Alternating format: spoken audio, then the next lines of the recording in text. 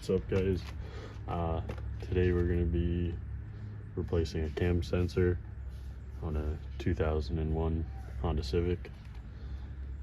There is the part number for you guys. I watched a couple videos on this.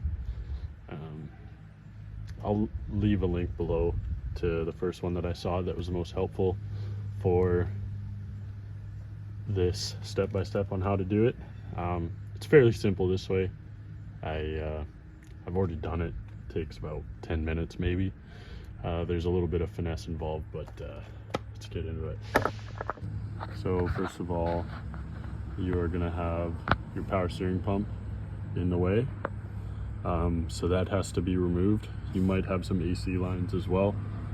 I don't have any of that, and if I'm not mistaken, the ABS sits right here as well.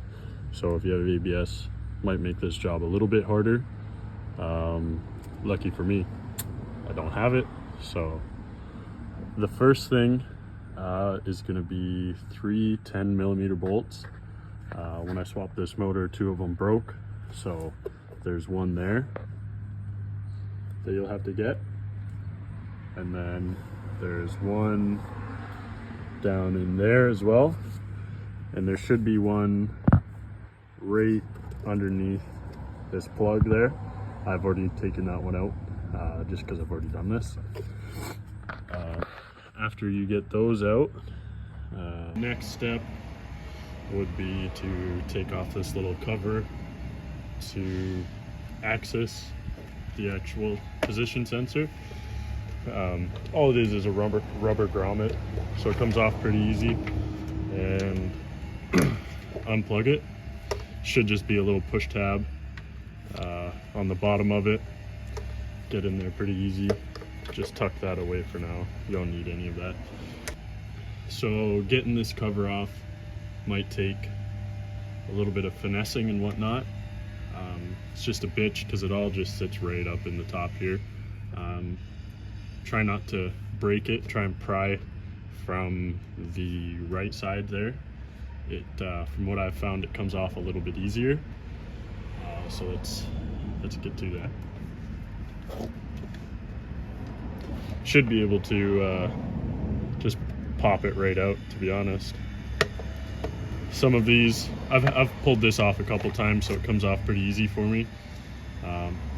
That's all there is to it, really. So I believe Honda still sells these new. My part number's worn off here, but I couldn't imagine that they wouldn't. It's an engine piece. They usually sell these for a long time. If I can find the link to it, I'll link it below in case you do break it.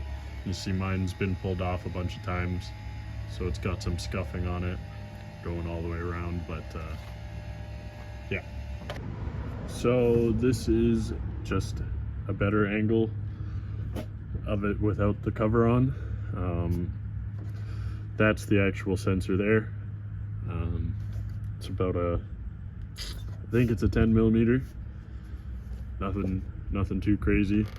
So let's get to that.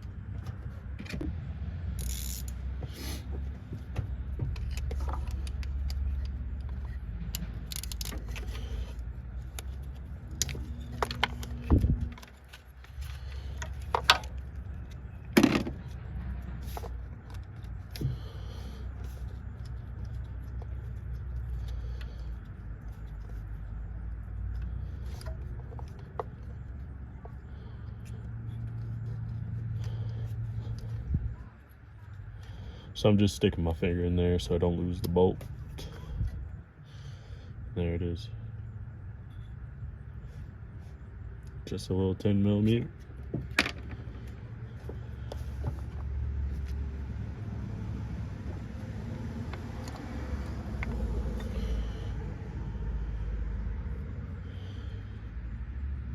That's what it looks like. Honestly, it doesn't look that old, but you know, it is a sensor, so these things just like to fuck off sometimes. Actually, just compare it with the new one here.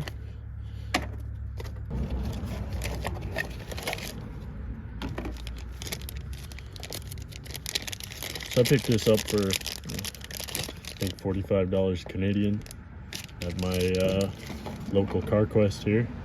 Let's just identify that they are the same. They're looking like they are. So now that the old one is off there, and we've made sure that this is the same one, it is important to note that this little nub here, put it more center here, this little nub, it locks it in place once you put it in so it doesn't bounce all around. Very important to line that back up. So let's see if we can do that here.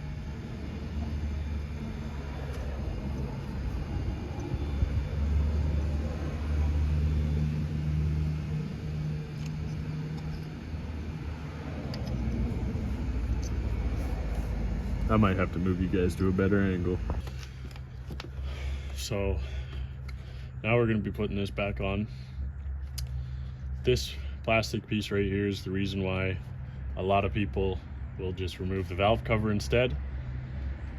I've even seen people cut this out.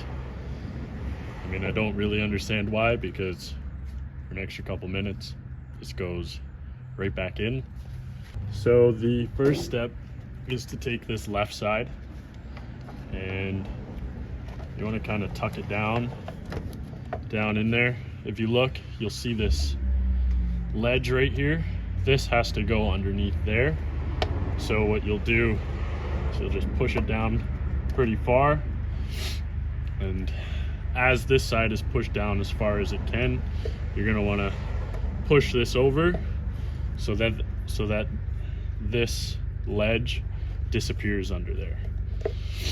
And so you're just going to keep massaging your way across as the whole thing starts to go under.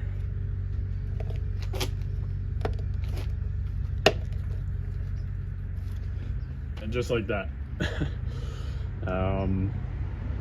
You just want to make sure that it all clicks in at the top, and at the back here it does have those little tracks, but after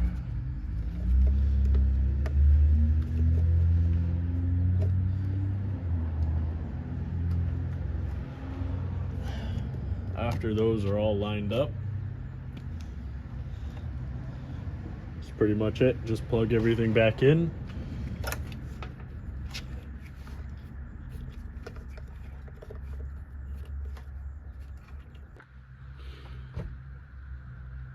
So now that everything's all put back together, it's time to test start it, see if we did everything correctly, and then clear the codes on it.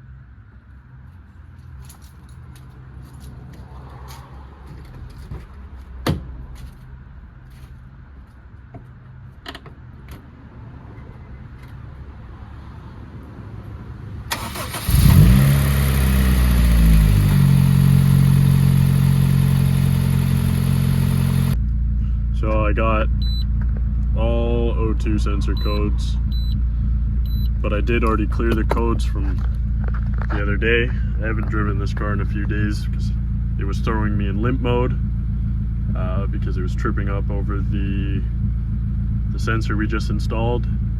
So I was using my scanner to clear the codes, and it hasn't tripped up over it since.